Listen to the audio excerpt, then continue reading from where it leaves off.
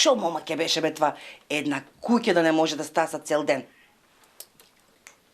Така е, мамо. Срам ме од неа строеници да не дојдат.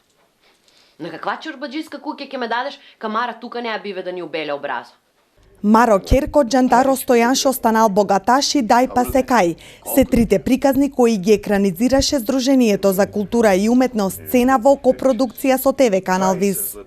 Ова е дел од културното и духовно наследство на Струмичкиот регион, собрано од познатиот фолклорист Иван Котев.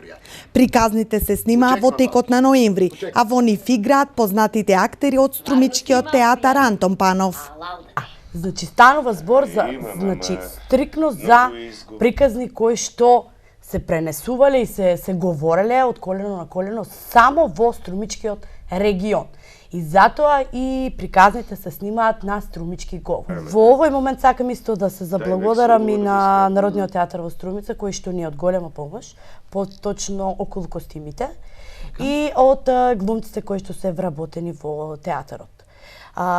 Сите кога разбраа за проектот, со големо задоволство ги прифати улогите, затоа што тоа е еден култен проект кој што нели ќе се екранизира и ќе се гледа со години нанапред. Снимањето на струмичките приказни финансиски го поддржа општина Струмица, а според програмата за 2016 година ќе се снимаат уште 12 приказни, со што ќе се заокружи еден серијал од вкупно 15.